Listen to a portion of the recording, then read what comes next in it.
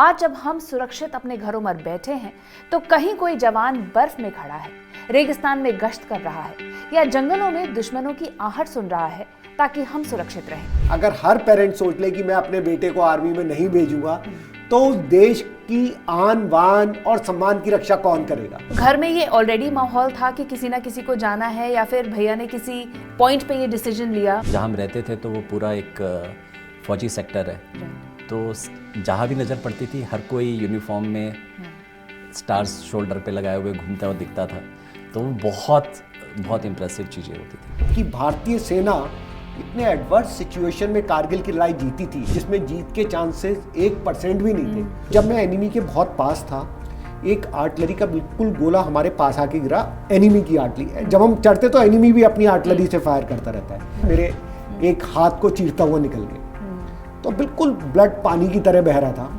लेकिन आप देखिए सिचुएशन की आप उस समय रुक नहीं सकते, और मेरा जवान घबरा गया जो मेरे साथ बड़ी था कि साहब आप तुरंत नीचे जाइए, इलाज कराइए, नहीं तो आप जिंदा नहीं बचेंगे, क्योंकि अधिकतर लोगों की डेथ ब्लड की वजह से हुई। जो वहाँ उसको फेस कर रहा होता है वो अगर ये सोचे कि मेरे पीछे मेरा भाई है, मेरे पेरेंट्स हैं, जैसे इन्होंने कहा, बहुत सही बात है कि अगर वो ये सोचे तो फिर ऊपर कौन रहेगा। फैमिली कैसे देखती थी जब आप बाहर जाते थे? कई दिनों तक बात नहीं हो पाती थी माता पिता से, घर वालों से।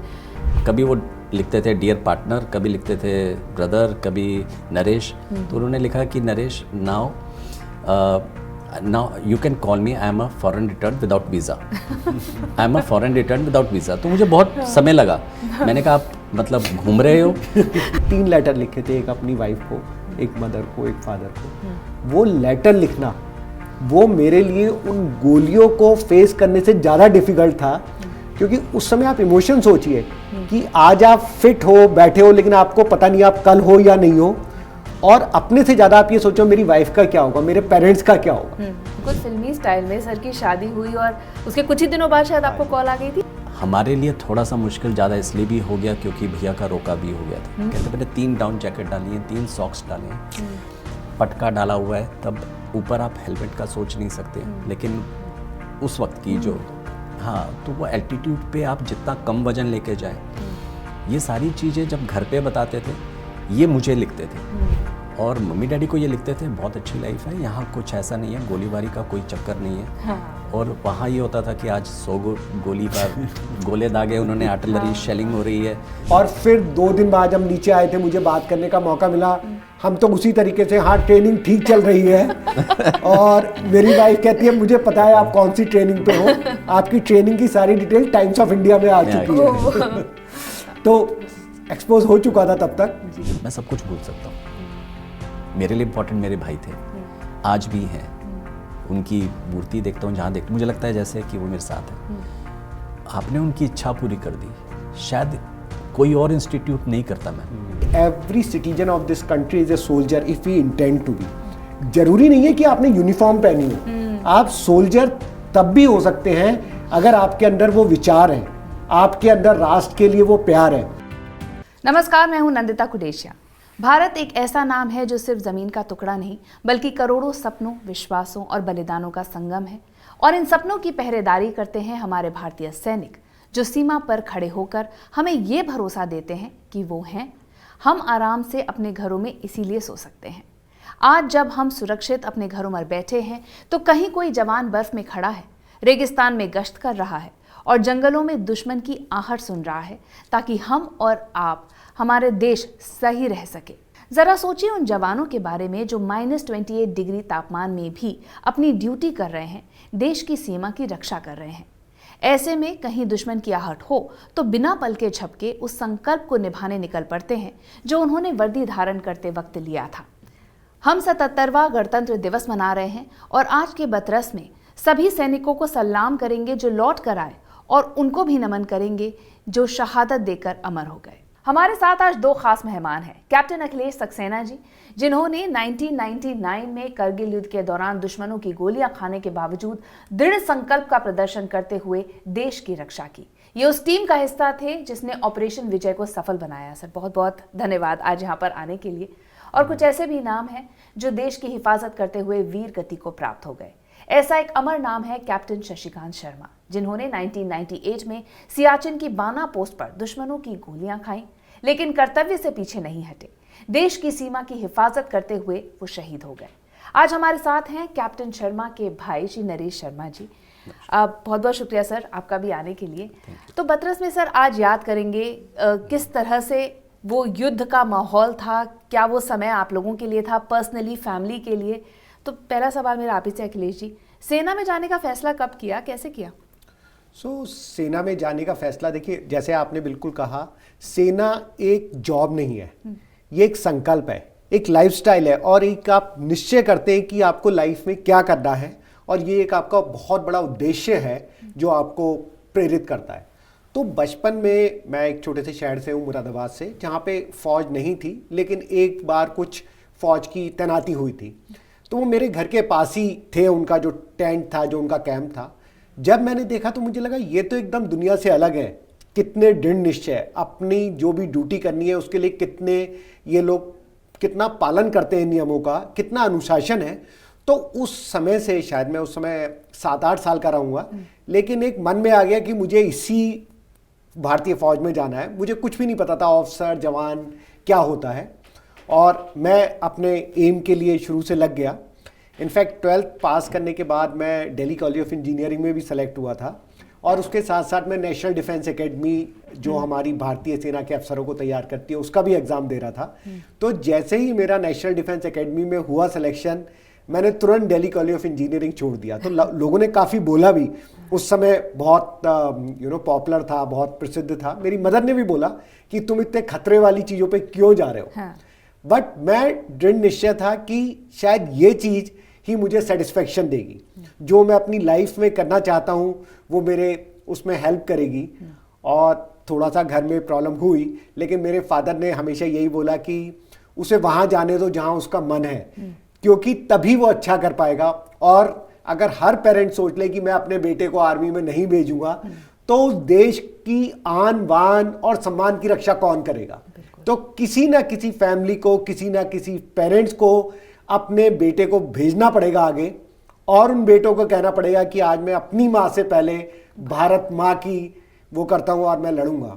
और देखिए, देश वही महान बनता है जिसमें ऐसे बहादुर लोग होते हैं जो पीढ़ी दर पीढ़ी लगातार देश की रक्षा के लिए ये उद्देश्य लेते हैं, यूनिफॉर्म पहनते हैं और सब कुछ कुर्बान करने के लिए तैयार रहते हैं। तो मैं तो बचपन से जाना चाहता था, और जहां मौका मिला मैंने एक पल भी गवाए बिना वो फैसला लिया और नेशनल डिफेंस एकेडमी ज्वाइन करके एक ऑफिसर के रूप में शपथ ली। बहुत इंस्पायरिंग है ये थॉट। और हम पीढ़ी दर पीढ़ी की बात कर रहे हैं सर, आपकी फैमिली में आपके फादर भी एयरफोर्स में थे, तो घर में ये ऑलरेडी माहौल था कि किसी ना किसी को जाना है, या फिर भैया ने किसी पॉइंट पे ये डिसीजन लिया कैप्टन शशिकांत शर्मा जी ने कि उनको भी डिफेंस सर्विस ज्वाइन करनी है? देखिए, ये जैसा माहौल होता है, आप देखते हैं कि शुरू से ही जैसे आपके दो चीज़ें आपको मेरे ख्याल से हर एक बच्चे को उसके स्कूल डेज पे बहुत ज़्यादा इम्प्रेस करती हैं या मोटिवेट करती हैं। वो होते हैं उसके अगल बगल के लोग, परिवार से, जो किसी ना किसी डायरेक्टली या इनडायरेक्टली फौज से संबंध रखते हो, और आपके जो आप स्कूलिंग में आप पढ़ते हो, तो वहाँ आपको किस तरह की आपका रुझान किस तरफ जाता है और आपको टीचर कैसे इनकरेज करते हैं। तो भैया ये देखते थे कि हम लोग यहाँ, जैसे पापा फौज में थे, एयरफोर्स ऑफिसर थे, तो उन्होंने ये देखा कि 2 साल कहीं 2 साल कहीं और हमारा ट्रांसफ़र हो जाता था। तो केवी स्कूलिंग में एक माहौल वैसा ही होता था, और यूनिट में हम लोग देखते थे वही ऑलिव ग्रीन बसेज आ रही हैं, उसी में चढ़ना, उसी से उतर के वापस जाना। एक पर्टिकुलर टाइम पे हम ये देखते थे कि पापा के साथ बहुत सारे जो दूसरे भी ऑफिसर्स होते थे, वो एक सूटकेस लेके, उनका वो ऑलिव ग्रीन देखना होता था, छाती पे मेडल्स, वो पी कैप लगी हुई, और जो एक स्टांस होता था, जो उनका एक चलने का तरीका होता था, रुतबा होता था, वो बाकियों से बहुत हटके होता था। तो कहीं ना कहीं वो एक यंग, हम सब लोगों को, मुझे इतना ज़्यादा इम्प्रेस होता था। तो भैया वो बोलते थे, हम लोग खड़े होके ना ऐसे उनको जाते हुए वॉच करते थे कि अब 4:30 हो गए, वो आर्मी बस रुकेगी। सारे लोग वो एक अपना ब्रीफकेस लेके, जो एक टैन कलर का होता था, उससे निकल के अपनी पी कैप कोई अपने इधर यहाँ लगाएंगे और उससे निकलते थे। और फिर वो जो अपनी, जो अब जैसे पापा 3 वॉर लड़ चुके हैं, तो वो जो अपनी चीज़ें बताते थे कि कैसे ही सायरन बजता था और हमें लाइट ऑन नहीं करनी होती थी, आगरा में तब वो पोस्टेड थे, और उस सब में हमें फटाफट बोलते थे कि हमें होमवर्क भी करना होता था। तो हम वो इस चीज़ों से जो सिविलियंस में हमें वो चीज़ें दिखती नहीं थी, बंकर में एल शेप के बंकर बने होते थे, उसमें हमें नीचे वो ब्लैक ब्लैंकेट होता था, उसमें हमें लेटाते थे और हमें फिर दोबारा सायरन बजता था। और ये सारी चीज़ें ना बहुत मोटिवेट करती थी कि क्या लाइफ है, और आपको उन सब का मतलब देखना कि कहीं भी जा रहे हैं तो लोग उनको बहुत एक सम्मान से देखते हैं, आपको एक वो करते हैं। तो ये चीज़ें जो थी, भैया तो बहुत ज़्यादा पापा से, और जहाँ हम रहते थे तो वो पूरा एक फौजी सेक्टर है, तो जहाँ भी नज़र पड़ती थी हर कोई यूनिफॉर्म में स्टार्स शोल्डर पे लगाए हुए घूमता हुआ दिखता था। तो वो बहुत बहुत इम्प्रेसिव चीज़ें होती थी। तो आपने तो लाइफ ही ऐसी जी है, एक डिसिप्लिन की आपने अपने घर में देखा। सर आपने तो नहीं देखा, तो आपने जब आप गए फाइनली एनडीए में, तो फिर आपके कैसा रूटीन था? How difficult was it to adapt? या फिर आपको लगा कि अनुशासन के लिए ही तो मैं यहाँ आया हूँ? कभी ऐसा लगा कि यार गलती कर दी? नहीं, डिफिकल्ट बहुत था। ये कभी नहीं लगा कि गलती कर दी, क्योंकि कहते हैं ना कि अगर आप उसको एक जॉब की तरह ले रहे हो तो आप उसको तोलते हो कि अगर मैंने ये नहीं किया होता, इंजीनियरिंग की होती तो शायद अच्छा रहता, या मैं XYZ बिजनेस कर रहा होता। लेकिन जब आपका उद्देश्य है कि, तो गलती तो बिल्कुल नहीं सोचा कभी। लेकिन हाँ, टू यंग, और आपके पास और लोग होंगे, दोस्त होंगे जो बिल्कुल, कुछ कर रहे होंगे। मुझे बार बार लोग बोलते थे कि भाई आपका इंजीनियरिंग कॉलेज से छोड़ के आए हो, अभी आप दोबारा ज्वाइन कर सकते हो। तो जो मेरे इंजीनियरिंग के दोस्त थे, कभी उनसे बात होती थी, तो ये सब उनका आता था, उनका राय होता था। बट देखिए, मतलब मैं अपने अंदर क्लियर था कि मुझे किसी ना किसी तरह करना है। एनडीए बहुत टफ है। NDA is considered one of the toughest institute, training institute, मतलब पूरी दुनिया में। उसमें 3 साल की ऐसे ऐसे ट्रेनिंग होती है, आप मानेंगे नहीं, 17-18 घंटे का दिन तो नॉर्मल है। आपको अगर 3 घंटे सोने को मिल जाए तो बहुत बड़ी बात है। और इनफैक्ट जो उसका एक कैंप रोवर्स होता है, जो हमारे फोर्ट टम में होता है, वो दुनिया में अंडर 19 सारी एकेडमी में टफेस्ट कैंप है, जिसमें कि आपको लगातार 6-7 दिन तो लगातार एक के बाद एक एक्सरसाइज, कभी पहाड़ों पे चढ़ना, डेजर्ट क्रॉस करना दिया जाता है। और उसमें आपको हार्डली 1 घंटे सोने को नहीं मिलता, 1 बोतल पानी से सर्वाइव। और 6 दिन बाद आपको जब लगता है कि मैं इससे ज़्यादा कुछ नहीं कर सकता, मतलब मेरी लिमिट पहुंच गई है, तब जोश रन शुरू होती है, जिसमें आपको 24 घंटे नियरली लगातार दौड़ना पड़ता है। पहाड़ के ऊपर जाना, नदी क्रॉस करना, डेजर्ट क्रॉस करना, बहुत सारे पॉइंट्स पे रिपोर्ट होती है। और वो अगर आपने 24 घंटे में पूरी नहीं की तो फिर आपको दोबारा जाना होता है। और वो भी आपको अकेले नहीं, क्योंकि फौज हमेशा सिखाती है कि आप अकेले नहीं है, आपको टीम के साथ करना है। तो आप पूरी स्क्वाडन, पूरी कंपनी के साथ जाते हो, और अगर आपका एक भी जना टाइम में नहीं पहुंचा तो आप सब दोबारा जाते हो। तो हमारे साथ तो ऐसा हुआ था कि हमारा एक साथी था, लास्ट के 8 किलोमीटर पहले वो स्लिप हो गया एक माउंटेन से, छोटे से पहाड़ी से, तो उसकी नी में फ्रैक्चर हो गया था और बिल्कुल एक कदम भी नहीं चल सकता था। लेकिन नियम तो नियम है, क्योंकि अगर हम दुश्मन से लड़ रहे होंगे तो ये तो कोई देखेगा नहीं, रीकैप करने का टाइम तो नहीं मिलेगा। तो हम लोगों ने बारी बारी से 2-2 लोगों ने उसे कंधे पे उठा के, उसके सामान को बाकी लोगों ने लेके, और 8 किलोमीटर तो लास्ट हमने ऐसे तय किया। लेकिन हमने कहा कुछ भी हो जाए, वी विल विन टुगेदर और लूज टुगेदर, बट अपने साथी को छोड़ेंगे नहीं। तो बहुत टफ ट्रेनिंग होती है एनडीए। लेकिन हाँ, छोड़ने का कभी नहीं सोचा। डिफिकल्ट टाइम आया, सोचा कि इतनी डिफिकल्ट ट्रेनिंग में अगर यहाँ पे हम कॉलेज में होते, एंजॉय कर रहे होते, लेकिन आई थिंक जो आपका निश्चय है वो आपको एक शक्ति देता है, एक प्रेरणा देता है। तो वो एक यूनिफॉर्म पहनना, जैसे सर भी बताए थे, एक बहुत बड़ा गर्व का विषय होता है। और जब भी हम वो यूनिफॉर्म पहनते थे तो हर बार ये लगता था कि इसके लिए तो हम कुछ भी सह सकते हैं। और इसीलिए हमने, चाहे एक चीज और भी हमें होता था, जैसे वो हमें बताते हैं कि when going get tough, tough get going. और हमें सिखाया गया था कि जितना आपकी ट्रेनिंग टफ होगी, जब असली लड़ाई होगी तो वही आपके काम आएगी। बिल्कुल, क्योंकि और आप साक्षी हैं इस चीज के। और मैं मानता हूं कि भारतीय सेना इतने एडवर्स सिचुएशन में कारगिल की लड़ाई जीती थी, जिसमें जीत के चांसेस 1% भी नहीं थे।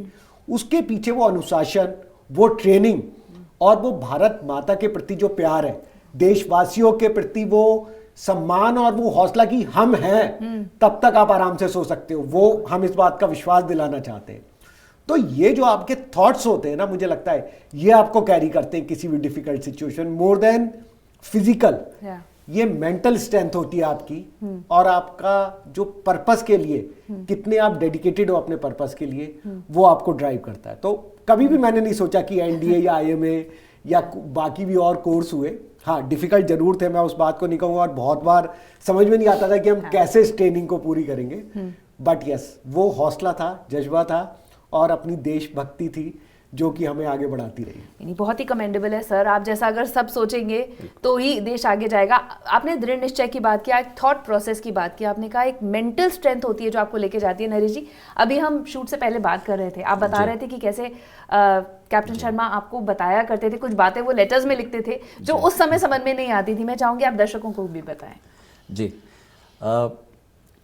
ये ना बहुत सारी चीज़ें कहते हैं कि हर एक फौजी की ट्रेनिंग से ही एक आई बिलीव कि स्कूलिंग से ही एक आपकी ग्रूमिंग ऐसी होती है कि कुछ आपकी हैबिट्स होती हैं जो आपको स्टैंड आउट करती हैं।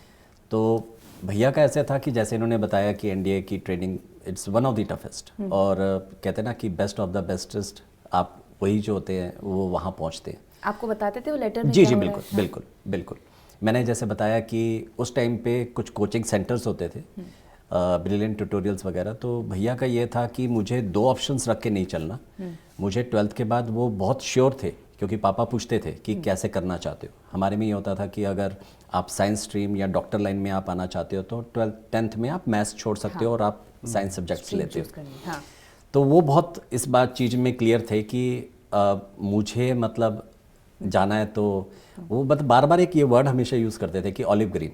अच्छा। डैड डालते थे, एयरफोर्स के थे, तो वो ब्लू वाली थी, पहले खाकी थी तो फिर चेंज हुई थी ब्लू में। तो वो ये कहते थे कि कहते जो उसका चार्म है, with due respect to all the 3 services, every service is equal and important. वो अपना हर एक देश सेवा कर रहे हैं, लेकिन एक होता है ना एक बच्चे की अपनी एक इंक्लिनेशन होती है। तो कई बार हमें लगता था कि पापा एयरफोर्स में है तो उनका एक अलग रुझान होता था। उनकी तब से स्कूलिंग से कि मम्मी को अगर कुछ उन्होंने देना है, कोई सर्जरी हुई उनकी, तो तब दिल्ली कैंट में, तो वो हर चीज़ का रिकॉर्ड लिखते थे कि एक डायरी बनाते थे जो उन्होंने शहादत से 2 दिन पहले तक लिखी हुई है। अच्छा। डे टू डे कि आज क्या हुआ, आज मैं पोस्ट पे पहुंचा, मैंने आज रीत दी जो वहाँ वॉर मेमोरियल था बेस कैंप पे। आज पहुँचते ही 15 साम का एक कैप्टन थे, तो वो P4 हो गए, मतलब शहीद हो गए देश के लिए। तो वो सारी चीज़ें वो उस पर रिकॉर्ड लिखते, इवन एक एक जो उनका एक्शन है, उनके साथ जवान हैं वो क्या कर रहे हैं, क्या चीज़ है। वो एक तब फोर्सेस रिक्वेस्ट के लेटर होते थे जिसमें वो सारी चीज़ें लिखते थे और वो हमारे पास आते थे। और एक चीज़ होती है कि ऐसे एरिया में जैसे ये हैं, ये एरिया आप अगर इसको ना दिखाया जाए, जैसे कवर करा गया, इसको समझना बहुत मुश्किल है। जो वहाँ उसको फेस कर रहा होता है वो अगर ये सोचे कि मेरे पीछे मेरा भाई है, मेरे पेरेंट्स हैं, जैसे इन्होंने कहा, बहुत बहुत सही बात है कि अगर वो ये सोचे तो फिर ऊपर कौन रहेगा। और वही वाली बात होती है कि जैसे इन्होंने बताया कि ट्रेनिंग में वो हर चीज़ लिखते थे। तो मैं करीब 3 बार गया था एनडीए खड़गवासला उनकी ट्रेनिंग में, और पीओपी में हम लोग गए थे, आईएम में देहरादून में। जो जज्बा होता है मैम हर एक स्क्वाड्रन का और एक उसका, वो आपका ना कहते हैं ना, एक फौजी होता है तो जब वो खड़े होते थे हम लोग ऐसे बैठते थे। तो पापा हमेशा बोलते थे stomach in chest out eye to eye contact आपका होना चाहिए, stomach in chest out eye to eye contact, फिर हम सीधे हो जाते थे। तो ये बोलते थे कि तुम ऐसे रखो और सही सोचोगे तो तब होगा। तो वो सारी चीज़ें मुझे उनकी भैया की, पापा की याद आती है।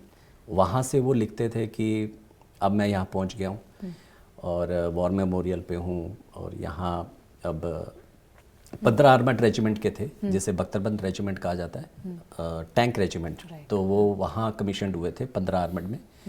उसके बाद उनकी इच्छा थी कि वो इस पे जाए, इन्फेंट्री यूनिट थी 12 जैकलाई, 12 Jammu and Kashmir light infantry, जिसमें ऐसे बहुत वीर हैं जिन्होंने, जो आज भी जो सबसे ऊंचा आपका गैलेंट्री अवार्ड है परमवीर चक्र, वो आज भी जिंदा हैं। उनको पॉस्टमसली नहीं मिला है। जैसे उसी पोस्ट पे बाना सिंह है जो उस वक्त नायक सूबेदार थे, अब शायद सूबेदार मेजर हैं। तो वो आज भी हैं जिन्होंने, उस पोस्ट का नाम उन्हीं के नाम से रखा गया है, बाना पोस्ट। तो वो ये कहते थे कि जैसे हर पोस्ट पे पहुंचते थे कि ये 18,000 पे है, ये सोनम पोस्ट है नरेश, ये एक पूरा कम्प्लेक्स है, अब मैं बाना पे हूँ, अभी मैं 20,000 इतने हाइट पे हूँ और -45 टेम्परेचर है, 5 जवान हैं मेरे साथ।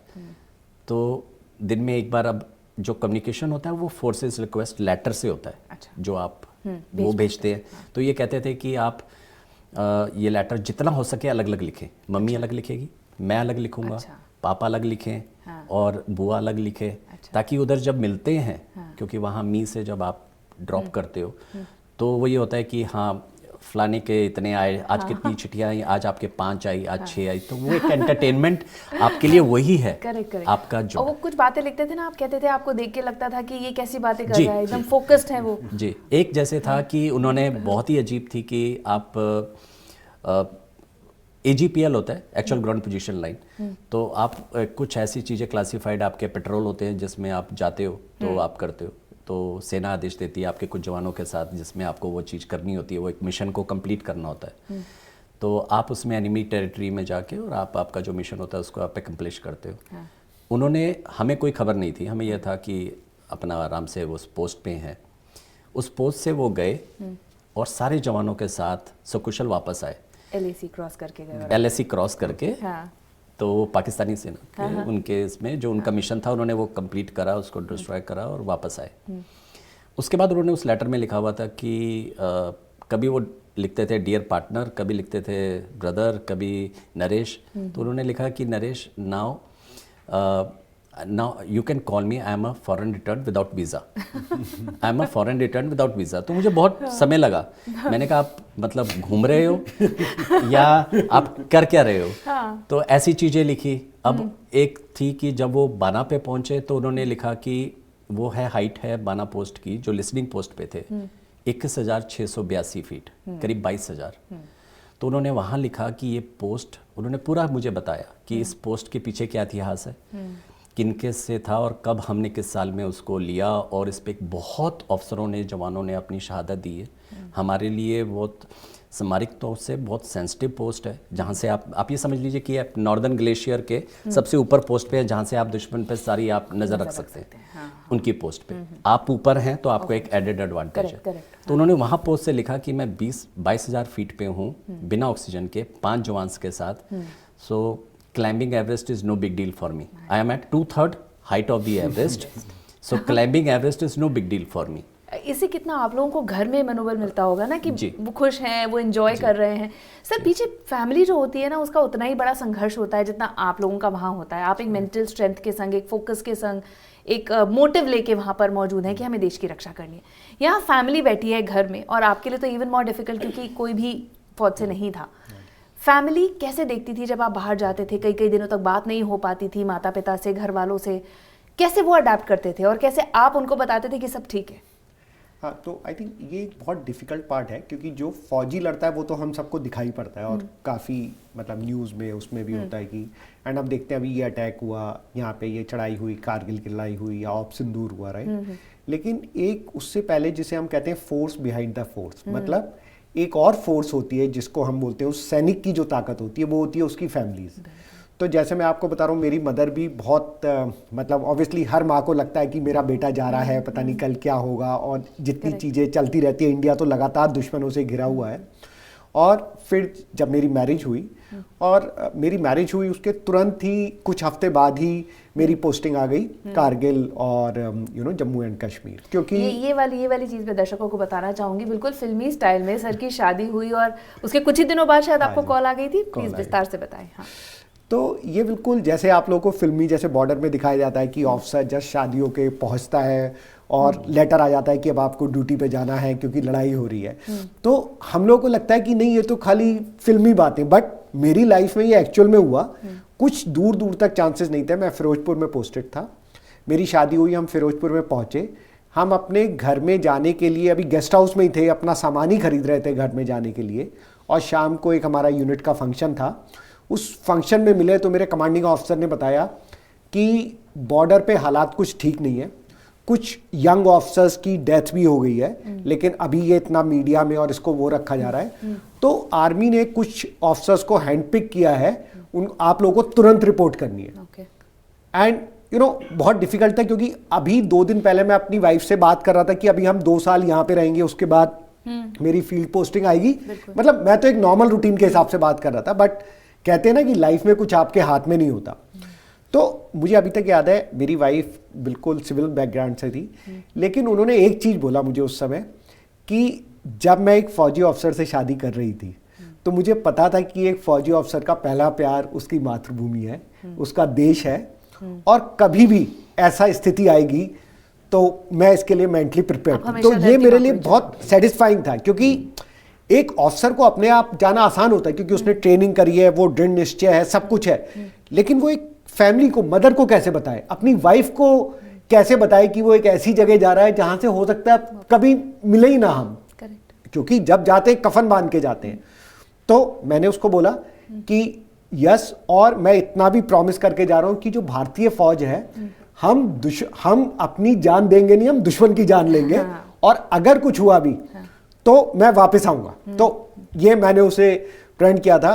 और दूसरा इसका उदाहरण, जब हम अटैक में जा रहे थे, मैं अभी कारगिल युद्ध की भी बात करता हूँ। कारगिल युद्ध one of the most toughest war थी जो इंडिया ने लड़ी, क्योंकि बाकी 65, 71 बाकी सारी वॉर में दोनों कंट्री बराबर बराबर पे थी। कारगिल में क्या हुआ, दुश्मन ने षड्यंत्र करा, कॉन्स्पिरेसी करी, और जो हमारी विंटर वेकेटेड पोस्ट थी, जो पूरी हमारी NH1 के साथ साथ थी, उनको धोखे से उसने कब्जा कर लिया। मींस मिलिटेंट्स के भेष में आए। हाँ, मिलिटेंट के भेष। तो दुश्मन एक्चुअली विंटर में वहां कोई नहीं रहता था, इंडिया भी फौज की नहीं रहती थी, पाकिस्तान भी नहीं रहती थी। जब 98 में दोनों फौज नीचे आ गई तो उन्होंने धीरे धीरे अपने 2-2, 3-3 के ट्रूप्स में बिल्कुल वाइट कपड़े पहना के भेजना शुरू किया, तो सैटेलाइट भी उसको कैच नहीं कर पाता है। हाँ। और उन्होंने वो सारी जो 300 किलोमीटर की रिज लाइन थी उस पर कब्जा कर लिया। अब हमारी एक रोड है NH1 जो हमारी लाइफलाइन कहलाती है, लेह लद्दाख और सियाचिन ग्लेशियर की। हाँ। सारी सप्लाई इसी रोड से जाती है और ये केवल 6 महीने खुलती है। अगर दुश्मन उसको 6 महीने के लिए बाधित कर दे, मतलब कोई सप्लाई ना जाने दे, पूरा लेह लद्दाख कट जाएगा, सियाचिन ग्लेशियर कट जाएगा, और पाकिस्तान एंड चाइना उस चीज को कब्जा कर सकते हैं। हाँ। तो जब हम वहां पहुंचे तो स्थिति ये थी कि दुश्मन के जीतने के चांसेस हमसे 100 गुना ज्यादा थे, कि वो हायर पोस्ट पे थे, जो हाइट पे पत्थर भी फेंक हो गए, आपकी कैजुअलिटी होगी, सारी गन्स का मुंह हमारी तरफ है, उन्हें पता था फौजें यहीं से चढ़ेंगी। वहां पे टेम्परेचर -28 डिग्री सेंटीग्रेड था पीक्स पे। तो जैसे बता रहे हैं कि यहाँ सांस लेना भी मुश्किल होता है। लेकिन अच्छा, हमारे पास स्नो बूट्स नहीं थे, सारे अटैक रात में हुए, तो हमारे पास इस जो नाइट विजन डिवाइसेस थे वो नहीं थे, क्योंकि हम प्रिपेयर नहीं थे उस चीज़ के लिए। लेकिन जैसे मैं कॉर्पोरेट या सिविल लाइफ में देखता हूँ, कोई भी चीज़ होती है हम सबसे पहले अपना कंस्ट्रेंट बताते हैं, मैं ये इसलिए नहीं कर सकता क्योंकि मेरे पास ये नहीं है, ये संसाधन नहीं है, मेरे पास ये नहीं है, राइट, मेरे पास गाड़ी नहीं है। लेकिन ये भारतीय फौज है, उसने कहा कुछ भी हो या ना हो, लेकिन दृढ़ निश्चय है, एक तिरंगे का सम्मान है कि अगर दुश्मन ने हमारे देश के अंदर घुस के ये हिमाकत की है तो हम उसका मुंह तोड़ जवाब देंगे, और जब तक चैन से नहीं बैठेंगे, जब तक हर पीक पे वो तिरंगा नहीं लहरा देंगे। तो लेकिन हर अटैक एक सुसाइड मिशन था। क्यों?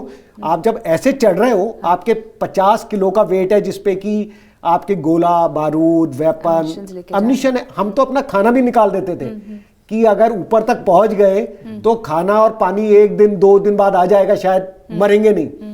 लेकिन अगर गोलियां या मेरे हैंड ग्रेनेड खत्म हो गए तब तो जीतने के चांसेस नहीं थे।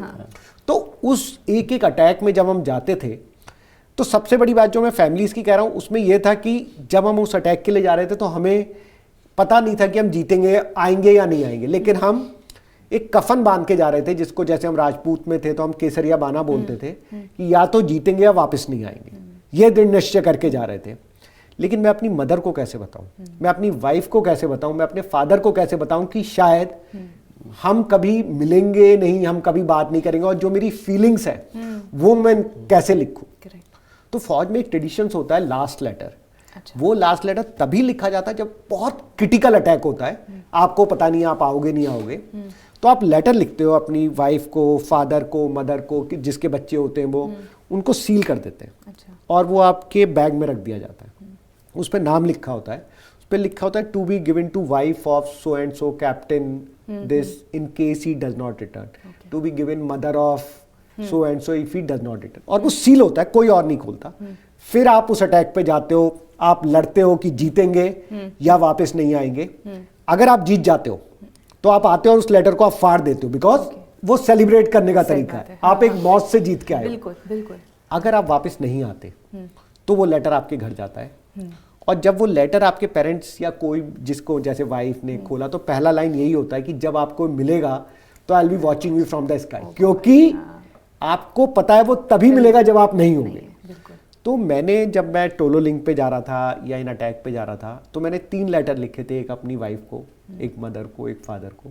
वो लेटर लिखना, वो मेरे लिए उन गोलियों को फेस करने से ज़्यादा डिफिकल्ट था, क्योंकि उस समय आप इमोशन सोचिए कि आज आप फिट हो, बैठे हो, लेकिन आपको पता नहीं आप कल हो या नहीं हो, और अपने से ज़्यादा आप ये सोचो मेरी वाइफ का क्या होगा, मेरे पेरेंट्स का क्या होगा। बिल्कुल। मतलब मैंने अपनी मदर को लिखा था कि मैं आपकी देखभाल करना चाहता था, I wanted to take care of you when you grow it, right. मतलब आप कोई भी बेटा अपने माँ बाप की देखभाल करना चाहता है जब उन्हें जरूरत होगी, बट जब आपको वो जरूरत होगी तो मैं नहीं होऊंगा। बाप रे, तो इट्स एक्चुअली डिफिकल्ट। तो मैं एज ए जो एक बेटे का फर्ज है वो नहीं निभा पाऊंगा, और मैं उस ड्यूटी में फेल हो रहा हूं। लेकिन क्योंकि आज जो मेरी पुकार है, जो रिक्वायरमेंट, वो एक भारत माता की नेशन के, क्योंकि 100 करोड़ इंडियन देख रहे हैं इन कुछ भारतीय सैनिकों की तरफ कि वो हमारा सिर, हमारा सम्मान ना नीचे होने दे, तो मैं ये कॉल लूंगा और लड़ूंगा पूरी अपनी शक्ति से। और आपको हमेशा अपने बेटे की शहादत पे गर्व होना चाहिए। तो शायद मैं आप लोगों के लिए नहीं होऊंगा, लेकिन आज मैं पूरे देश के लिए आगे बढ़ रहा हूं। तो वो लेटर लिखना मेरे लिए सबसे डिफिकल्ट था, इवन उन अटैक पे जाने से भी था। अखिलेश जी, हम बहुत बहुत खुश हैं और आभारी हैं भगवान के कि आज आप बैठ के हमें ये बातें बता रहे हैं, और वो लेटर आपने जब फाड़ा होगा, आई एम श्योर सिर्फ आपको ही नहीं, सबको बहुत खुशी हुई होगी। अब क्या कैप्टन शर्मा को ये लास्ट लेटर लिखने का मौका मिला, या फिर जब उनकी कॉल आई, अब वो सियाचिन गए, वहाँ पर जब उनको पोस्टिंग मिली, तो क्या भाव था फैमिली में? क्योंकि ऐसा नहीं है कि आप लोगों के लिए नया था, आपकी फैमिली में 3 वॉर्स आपके फादर ने देखी हैं, आपकी मदर ने ये इमोशन देखा होगा, but you as a brother, आप 2 साल उनसे छोटे थे, आई एज्यूम 18-20 साल के रहे होंगे, क्या इमोशंस थे, क्या चल रहा था? मैम बहुत मुश्किल होता है, कहना बहुत आसान है कि दैट हम लोग आज भी बहुत प्राउड फील करते हैं उस चीज़ को लेके, लेकिन अगर आप बोलें बहुत ही सिंपल लाइफ होती है। लेकिन एक फौजी बैकग्राउंड का फ़र्क इतना सिर्फ ये रहता है कि हम लोग किसी भी इवेंचुअलिटी या कोई भी ऐसी न्यूज़ के लिए हमने देखा होता है, तो एक अंदर से कहीं ना कहीं at the back of the head वो एक प्रिपरेशन होती है, एक तैयार होते हैं। और शायद दिल इतना बड़ा होता है कि जब कोई ऐसी न्यूज़, चाहे वो पापा बताएं, चाहे वो ऐसा हो कि अब अटैक होने वाला है, या ऐसी आप बहुत एक्सट्रीम बैटलफील्ड के लिए आप जा रहे हैं, जो माना जाता है कि बहुत ही कोल्डेस्ट टफेस्ट बैटलफील्ड है वर्ल्ड की, तो आप एक अंदर से आप प्रिपेयर रहते हैं। लेकिन है तो आर यू प्रिपेयर्ड, मतलब कहने की बात होती है you prepared, but are you actually prepared? Actually नहीं, बिल्कुल नहीं, कोई नहीं होता, बिल्कुल नहीं, बिल्कुल नहीं। ये सब बुकिश है। और मैं बहुत अच्छे से, मैं शायद कहता हूँ कि मेरे जैसे बहुत लोग होंगे जो लोग ये कहते हैं कि time is a big healer, मैं उनको गलत कहता हूँ। मैं कहता हूँ कि आप मेरे सामने बैठे हैं और मैं आपको चैलेंज करता हूँ, ma'am it's not a healer, time is not a big healer. With time everything goes down, आपकी लाइफ नॉर्मल हो जाती है। मैं आपको कह सकता हूँ कि बिल्कुल गलत है। आप अपने आप को कन्विंस करते हैं टू बी स्ट्रॉन्ग कि हाँ हम बहुत स्ट्रॉन्ग हैं, हम, आप प्राउड फील करते हैं जो करा, क्योंकि जब आपको वो मौका मिला तो आपने पीछे नहीं हटे, जो आपको ट्रेनिंग में कहा जाता है। आइए मैं आपको यही सिखाता है मैम। वो हर बार उन्होंने अपने स्टडी रूम में ये लिखा हुआ था कि जो इनका प्लेज होती है, I may not put it properly but he may remember it, और वो उनके ब्लड में होती है कि it is the nation which comes the welfare of the country and the nation comes first. The subordinates, your jawans, आप जिनको command करते हो, their welfare come second and your own comfort it comes at the last. I think आप वो जो कहते हैं कि when the going gets tough the tougher you know, तो आपका वही है कि more you sweat in peace less you bleed in war. आप जितना ट्रेनिंग में आप मेहनत करते हो, तो वो जो चीज़ें हमने देखी, जो घर पे हम शेयर करते थे, अब 2 भाई हैं मैम, तो मैं हमेशा मतलब ये चीज़ सोचता था कि हम लोगों ने कभी अपने पेरेंट्स से कोई चीज़ छुपाई नहीं। हर चीज़ डिस्कस होती थी कि आज ये करना है, आज ये। तो वो वहाँ से भी वो ये चीज़ बताते थे। तो वहाँ भी ये होता था कि हम लोग तैयार तो होते थे, लेकिन हमारे लिए थोड़ा सा मुश्किल ज़्यादा इसलिए भी हो गया क्योंकि भैया का रोका भी हो गया था। ये शादी करके तुरंत गए और उनकी शादी की तैयारियां हो रही थी, यहाँ तैयारी हो रही थी। तो ये थोड़ा सा हमारे लिए, थोड़ा नहीं, ये मैं कहूँगा कि ये हम तीनों का पीछे घर पे कोई बहन नहीं थी, हम 2 भाई थे। ये पर्सनल फ्रंट पे आप जो पूछ रहे हैं वो मैं बताना चाहता हूँ। यस, फिज़िकली मैं हर सेकंड, हर रोज़ जो मैं खाना खाता हूँ, मेरे घर पे आज भी आटे का हलवा बनता है तो मैं मिस करता हूँ। आज भी अगर कोई जलेबी आती है 250 ग्राम समोसे के साथ तो मैं उसको मिस करता हूँ। जो 4:30 बजे हम लोग सारे लोग डाइनिंग टेबल पे बैठ के खाते थे, वो फिज़िकल मिस आप करते हो। लेकिन वही वाली बात है कि जो उन्होंने भैया मम्मी को कहा था, ऐसे मम्मी थोड़ा सेंटिमेंटल हो रही थी कि जा रहे हो और इधर हम तैयारी कर रहे हैं, तो उसने बहुत आराम से वो बोला, ऐसे बात कही थी कि आ गया तो आपका, नहीं तो देश का बेटा बन जाऊंगा। एक ऐसे, आ गया तो आपका, नहीं तो देश का बेटा बन जाऊंगा। तो वो आज भी मैम, इट्स वेरी डिफ़िकल्ट। आप पीछे, आप तैयार रहते हैं। ये कैसे होता है ये मैं आपको बस 2 लाइन में बताता हूँ। वो हमें कहते थे कि हर कोई अलग लेटर लिखेगा और हर कोई अलग जवाब वो तीनों को देते थे। और उनको, मम्मी डैडी को जो लिखा होता था वो लेटर में, वो ये कहते थे कि मैं यहाँ पहुँच गया हूँ, बहुत टफेस्ट है, कोई ऐसी दिक्कत नहीं है, यहाँ आराम से चॉपर से खाना मिल जाता है, DRDO के मिनी कम को राशन होते हैं। जैसे इन्होंने बताया, ये वो एरा है, ये वो टाइम है मैम जब ECC नहीं होता था, एक्सट्रीम कोल्ड क्लाइमेट की आपकी क्लोथिंग नहीं होती थी। यहाँ आप 25 से 30 किलो अपने कंधे पे, और वहाँ आपके पास चॉइस होती थी कि बेस कैंप से आप इन पोस्ट पे जा रहे हैं, आप खाने के वो राशन आप लेके जाएं या वो आप कार्ट्रिज लेके जाएं, जो आप बुलेट्स लेके जाएं, उसका वजन।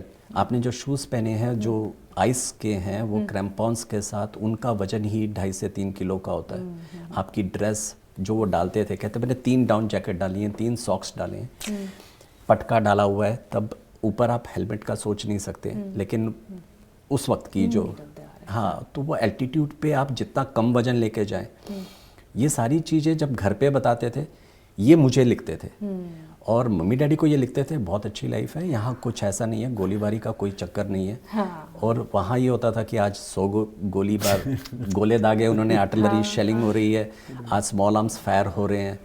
तो आपको वरी करता था पर्सनल लेवल पे? आप शेयर करते थे क्या पेरेंट्स से? मैंने आज तक भैया के ये लेटर्स जो मुझे लिखे गए हैं, उनका कंटेंट इन 25 सालों में आज तक शेयर नहीं करा, और जब तक मैं हूँ तब तक वो शेयर नहीं करूँगा कि वो क्या चीज़ें थी। हाँ, उनको पता है अब, क्योंकि जो लोग आते हैं भैया के कोर्समेट्स वगैरह, वो बताते हैं बहुत टफेस्ट है। लेकिन अब थोड़ा सा मम्मी डैडी को आइडिया हुआ, तब मैंने बिल्कुल नहीं बताया, क्योंकि वो ये बोलते थे कि लेटर में लिखते थे, जाको रखे सैया मार सके ना कोई, अगर होगा तो आई विल कम, और जब मैं वापस आऊँगा तो मैं सारा कुछ एक्सप्लेन करूँगा कि हमारी फ़ौज किन मुश्किलों का कर रही है। तो मैं वो वेट कर रहा था कि आप, जब आप ट्रांसपेरेंट होते हैं घर पे तो आप सारी बात बताते, पर वो इंतज़ार रह गया कि भैया आते और मैं वो सारी फ़ोटो को वो मुझे एक्सप्लेन करते, और हम पहले सॉरी बोलते मम्मी डैडी को कि हमने छुपाया, और उसके बाद फिर वो बताते कि ये मुश्किलों से गुजरे हैं। बट ठीक है मैम, वो एक पर्सनल लेवल पे है, लेकिन उन्होंने जब when we talk about nation, when we talk about country, फिर आपका पर्सनल लॉस ना बहुत छोटा हो जाता है। And आप ये सोचते हो कि it could not have been done any other way. This was the best way it could have been done, Absolutely, right? Ma'am, बिल्कुल। But आपकी लास्ट बात कब हुई थी, और जब बात हुई थी आपसे, आपकी मदर से, किसी से, तो क्या उन्होंने बताया कि ये सिचुएशन है एंड इस लेवल की वॉर, क्योंकि तब उस समय वॉर शायद उस लेवल पे पहुंची भी नहीं थी, जी जी, है ना, 98 के वक्त। ये जो था, ये पूरा जो वहाँ ऑपरेशन चल रहा था, ऑपरेशन मेघदूत जिसे कहते हैं, ये बहुत ही एक्टिव कॉम्बैट जोन है। जब भैया के टाइम पे था, वहाँ अक्सर इस पोस्ट पे, नॉर्दर्न ग्लेशियर का ये सबसे, दुनिया की सबसे ऊंची पोस्ट है ये, तो 22,000 फीट पे आपके कंटिन्यूस वो इस पोस्ट को लेना चाहते थे। ये उनका, आप कह लीजिए कि एक ऐसी पोस्ट थी जो उनके लिए बहुत इम्पॉर्टेंट थी। जैसे इन्होंने बताया कि आप कारगिल के टाइम पे वो जो पूरी बेल्ट थी आपकी, ले से लेके आपके द्रास से, तो आपका हाईवे अफेक्ट करता था NH1। तो आप अगर आप एक सामरिक दृष्टि से सेंसिटिव हाईएस्ट पोस्ट पे बैठे हैं, तो आपके लिए जो नीचे की पोस्ट है उनको उन पे मॉनिटर करना, उस पे कब्जा करना, उसको कोई रोकना आपके लिए बहुत आसान। यही पोस्ट ऐसी है जो 22,000 फीट पे है और इस पे 23 दिन से ज़्यादा आप रह नहीं पाते। उसका स्टे 23 डेज होता है maximum. Oxygen and the climate. तो ये मैंने पिछले 25 साल फील करा है। मैं हर साल भैया की शहादत के बाद वॉर मेमोरियल जाता हूँ। तो एक बार मुझे बाना पोस्ट पे भी मौका मिला। तो आप परमिशन लेके चीफ से जब आप जाते हो उधर, तो मैं हर बार ईद के लिए जाता हूँ। तो मैंने कई बार मैं देखूँ उन सारी जगहों पे, क्योंकि मेरे पास भैया की वो सारी फ़ोटोज़ थी। ये वो टाइम था मैम जब सफारी और एरिस्टोक्रेट सूटकेस चलते थे और कैमरा यशिका और कोडेक वाले होते थे। तो वो फ़ोटो खींचते थे कि मैं अब प्रतापपुर पे हूँ, अब मैं इधर हूँ, द्रास पे हूँ, second highest in coldest place, inhabitant coldest place. तो ऐसे वो सारी चीज़ें लिखते थे। तो कुछ और बीच में जब बात होती थी तो वो ये चीज़ बताते थे कि मैं थोड़ा सा हिंट दे रहा हूँ और हम लोग फटाफट बोलते थे। तो वो कहते थे सैटेलाइट पे पहले आप मुझे सुनो, जब मैं रुक जाऊँ फिर आप बोलो। ना मुझे सुनाई देगा ना आपको। तो एक बार उन्होंने मुझे शायद ऊपर पोस्ट से भैया ने कॉल करा रात को।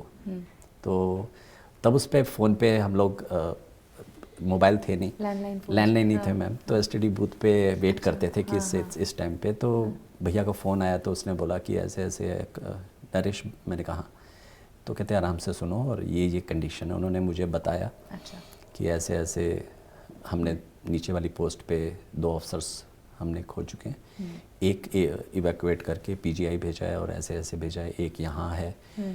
2 हेल्थ रीजन, मतलब आप ये उस पोस्ट पे आपका -50-60 टेम्परेचर होता है मिनिमम, आपका इतना चला जाता है। तो ये वो चीज़ें वो ये बता रहे थे, कहते कि कुछ मेडिकल रीजंस की वजह से कोल्ड बाइट्स होती हैं, चिलब्लेंस होते हैं। वो ये बोलते रहते थे, कहते कि अब जब लिखते थे जाको राके सहे मार सके ना कोई, और साथ ही लिखते थे कि मैं हर जवान को बोलता रहता हूँ कि थोड़ी थोड़ी अपनी उंगलियां चलाते रहो। सेमी क्रैम्प्ड पोजीशन में आप लेटे होते हो उस रिच पे। अगर आप इसको आप देखें बाना पोस्ट पे, तो आप 22,000 पे मैम आपका, जहाँ कोविड में आपका सैचुरेशन ऑक्सीजन का 80 पे लोग आईसीयू में जाते हैं, वहाँ पे मैंने खुद जब पहुँचा अपनी वाइफ के साथ लेके गया पोस्ट कोविड, एक बार देखा तो वहाँ हमारा 40-50s में था। पल्स ऑक्सीमीटर पे मैंने चेक करा और हम उस पे हमें उसको क्लेमेटाइज करने के लिए बहुत, जैसे ये लोग भी फौजी लोग करते हैं। तो आप सोचिए कि बहुत मुश्किल है उस पोस्ट पे रह के, उस पोजीशन पे रह के, चारों तरफ आपके सिर्फ वाइट है। आप 1 घंटा आपके बस पूरे कमरे में वाइट कर दूँ और कोई खिड़की ना हो, कोई एंटरटेनमेंट ना हो, वहाँ आप सिर्फ आपकी वो, जो इनकी बात सही है कि जो फोर्स बिहाइंड अ फोर्स, वो फैमिली होती है, वो आपकी ट्रेनिंग के डेज होते हैं, वो आपको एक लौटने की जो एक आस होती है और बहुत सारी चीज़ें होती है। आपका एक जो फैमिली के साथ बॉन्ड होता है और आपके सीईओ का नीचे जो वो बोलते थे कि टाइगर ने बोला, कर्नल बलोटिया साहब थे, who was always encouraging him from 12 जैकलाई। तो रेजिमेंट के 15 आर्मर्ड के कर्नल कपूर होते थे, वो लेटर्स लिखते थे, सब मोटिवेट करते थे। और उस पोस्ट पे वो सारी चीज़ों का लिखना, वो सारा उनका वापस करना, तो वो बहुत बहुत एक डिफरेंट लेवल का होता है मैम उस पे। वो तो होता ही होगा। अब जैसे आप बता रहे हैं कि लास्ट में उन्होंने आपको बताया कि भाई ये स्थिति है, लोग मर रहे हैं। हाँ मैम, एक चीज़ और, सॉरी, जो लास्ट का था उनका, मेरे से नहीं, जो लास्ट कॉरेस्पॉन्डेंस मम्मी का था वो तो जाने से पहले था, क्योंकि शायद वो कहीं ना कहीं जानते थे कि मम्मी से वो वैसी बातें नहीं कर पाएंगे। तो मम्मी पकड़ लेती थी कि झूठ बोल रहा है, तो तुम बताओ एक्चुअल में खाने का सही हो रहा है या नहीं। बट हाँ, मेरे साथ ये था कि उन्होंने ये बता दिया था कि 3-4 चीज़ें उन्होंने मुझे लिखी थी। एक लेटर में लास्ट लिखा था कि मैं जब यहाँ पहुँचा बेस कैंप पे, तो उस वॉर मेमोरियल पे 3 वॉर मेमोरियल उस वक्त 3 सीमेंट के प्लैंक्स थे, मतलब एक ऐसे दीवार थी जिस पे ब्लैक से वॉर मेमोरियल पे शहीदों के नाम लिखे हुए थे। वो तब प्लेन था, अब बहुत मॉडिफाई करा हुआ है उन्होंने बेस कैंप पे। तो वो ये उन्होंने पढ़ा और उसके बाद कहते कि मैं कुछ देर सोचता रहा। मैंने उनको सैल्यूट करा, नरेश, उसकी फ़ोटो है मेरे पास। तो उन्होंने ये कहा कि रात को जब हम जाते हैं लेह से भी और कहीं से भी जाते हैं तो हम उसको हमेशा सैल्यूट करते हैं, कहीं जहाँ कोई कन्वे गिरा हो वैली में या कोई जवान शहीद हुआ हो तो हम उसको एक वो करते हैं। तो रात में ये दिखता नहीं है इतना, एक गायब सा हो जाता है ब्लैक, क्योंकि ब्लैक में लिखा है। तो if God forbid if I become P4, ये उनका लास्ट लेटर था। ये उन्होंने लिखा था कैप्टन उमाशंकर गर्ग को, जो एक AMC के अफसर थे उनके साथ, जो पहले सियाचिन टेन्योर कर चुके थे। तो उन्होंने लिखा कि अगर कुछ होता है तो my name should be written in fluorescent pink, which is very strange. तो ये उनकी एक ऐसे ही मन में आया, उन्होंने लिख दिया कि ताकि कोई भी हो तो हम उसको किसी भी वक्त दिखाई दे, कभी भी दिखाई है दे। ना? एक तो thought behind it. वो याद है मैम कि कोशिश करी, उसके बाद फिर लेटर्स वगैरह मम्मी ने लिखे। फिर आपने बताया था रियूनियन में जब आप गए तो उनके जो साथी थे, जी 22 साल बाद जब हम 12 जैक लेके रेजिमेंट पे रियूनियन पे गए, वहाँ जब रीत देने जाते हैं आप, तो सैनिक सम्मेलन से पहले हम जब रीत देने जा रहे थे तो मम्मी का नी का ऑपरेशन हुआ था, वो व्हील चेयर पे थी। वो तब भी गई क्योंकि वो छोड़ती नहीं है। तो जब गई तो उन्होंने कहा आंटी देखिए, तो उस पर उन्होंने फ्लोरोसेंट पिंक से भैया का नाम लिखा हुआ है 12 जैक लेके उनके HQ पे। तो हम लोग मतलब मैम ये शायद ना, मैं बताऊं, आपने मुझसे पूछा पर्सनल लॉस, मैं सब कुछ भूल सकता हूँ। मेरे लिए इम्पोर्टेंट मेरे भाई थे, आज भी हैं। उनकी मूर्ति देखता हूँ, जहाँ देखता हूँ मुझे लगता है जैसे कि वो मेरे साथ है।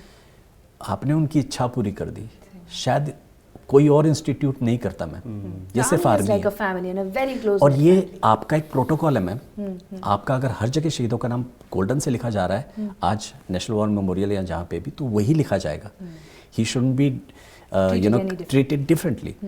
लेकिन वो मम्मी ने बहुत रिक्वेस्ट करी और एक बार तो रोई भी थी कि आप अगर कुछ कर सके, उसकी लास्ट विश थी। एंड इससे बड़ी चीज़ दैट्स अमेजिंग। ये मैं आपसे भी जानना चाहूँगी सर, जब आप वहाँ पर गए, फैमिली को पता था कि आप वॉर पे जा रहे हैं और क्या सिचुएशन है, and you will be facing the enemies, मतलब आप फायर वॉर के बीच में, पता था सबको? नहीं, ये हम बता भी नहीं सकते। अच्छा, पता नहीं था, और हाँ, बता भी नहीं सकते क्योंकि आप देखिए कि आर्मी की जो स्ट्रेटेजी होती है कि कब किस पोस्ट पे हमला हो रहा है, कैसे प्लान करना है, अगर ये इतनी, और ये कैसे लीक होती है कि कोई ऑफिसर अपनी फैमिली को बताएगा, तो एज ए ऑफिसर हम सबकी रिस्पॉन्सिबिलिटी थी। सब जवानों को ही बताया जाता है कि आप अपने लेटर में कोई भी ऐसी चीज़ नहीं लिखे कि आप किस लोकेशन पे हो। सो लोकेशन हमेशा अननोन रहती है, जिससे किसी, क्योंकि दुश्मन भी इंट ऐसी चीज़ों से निकालता है कि कहाँ पे कंसंट्रेशन हो रहा है, कहाँ पे वो हो रहा है। तो मैं ये बता नहीं सकता था। जब मैं कारगिल पहुंचा तो मुझे पता था कि अब मेन अटैक के लिए जाने वाला हूँ, तो कुछ दिन के लिए बात नहीं हो पाएगी, शायद लेटर भी नहीं लिख पाओ, क्योंकि जब एक बार पीक पे जाने लगते हैं फिर आपके हाथ में कुछ नहीं रहता। जब आप नीचे आते हो तब आपके जो लेटर होते हैं वो आपको मिलते हैं। बीच अच्छा, इतनी बमबारी हो रही थी कि सारे जो फोन थे, STD बूथ थे, पूरे डिस्ट्रॉय हो गए थे। तो वही था कि कभी कभी जो हमारे साथ मीडिया के लोग थे, उनके पास सैटेलाइट फ़ोन थे, उनसे हम कभी कभी बात कर पाते थे जो साथ में चलते थे। तो मैंने अपनी वाइफ को तो ये बताया भी नहीं कि मैं आगे इसके लिए जा रहा हूँ अटैक के लिए, पेरेंट्स को भी नहीं बताया। मैंने बोला मैं कुछ दिन के लिए ट्रेनिंग में जा रहा हूँ और ट्रेनिंग में वहाँ पे कुछ मतलब कोई मीन्स ऑफ कम्युनिकेशन नहीं है, तो शायद कुछ दिन तक ऐसे मेरा लेटर नहीं आ पाए, बात नहीं हो पाए, कुछ नहीं हो पाए, STD वगैरह भी वहाँ पे नहीं है। तो खैर उन्हें नहीं पता था, और उस समय मेरे पेरेंट्स मुरादाबाद में थे और मेरी वाइफ अपने पेरेंट्स के पास कुछ दिनों के लिए देहरादून चली गई थी। तो उन्हें उस समय पता नहीं चला। देहरादून एक ऐसा प्लेस है जहाँ बहुत सारे सैनिक हैं, बहुत सारे जवान हैं गोरखा रेजिमेंट से, और बहुत लोग वहाँ से आते हैं। जब कारगिल पूरा शुरू हो गया तो बहुत लोगों की शहादत हुई। मतलब शुरू की जो रेजिमेंट थी, क्योंकि उन्हें दुश्मन का किस तरह से दुश्मन घुसा बैठा है, उन्होंने अपने बंकर बना दिए हैं, वक्त लग गया समझने में, और दुश्मन पूरा प्रिपेयर करके बैठा था। वो ऐसा नहीं कि वो गोलियां आपके जैसी आप शुरू करते थे अटैक चला देते, तो वेट करते थे कि आप पास में आओगे, उनके किलिंग रेंज में आओगे और तब वो गोली चलाएंगे। और शुरू में इसीलिए बहुत कैजुअलिटी हुई थी। हमें दुश्मन की ताकत का, कितने वेपन है, कहाँ पे दुश्मन है, कुछ अंदाजा नहीं था।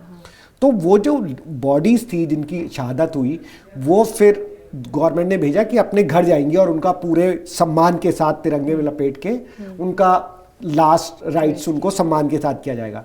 जब वो बॉडी आती थी तो पूरा, जैसे देहरादून में आ रही है जिस साइड पे, पूरा शहर उमड़ पड़ता था। उस समय आपको पता है क्या फीलिंग थी। और वो पता चलता था कि वो कारगिल से आ रही है। तो मेरी वाइफ को पहली बात तो थोड़ा थोड़ा आइडिया हो गया था कि शायद ये वहाँ पे हैं और मुझे नहीं बता रहे। लेकिन असली जो एक्सपोज हुआ वो ऐसे एक्सपोज हुआ कि हमें जो पहला अटैक मिला था वो टोलोलिंग मिला था। टोलोलिंग के ऊपर 5-6 अटैक सक्सेसफुल नहीं हो पाए थे।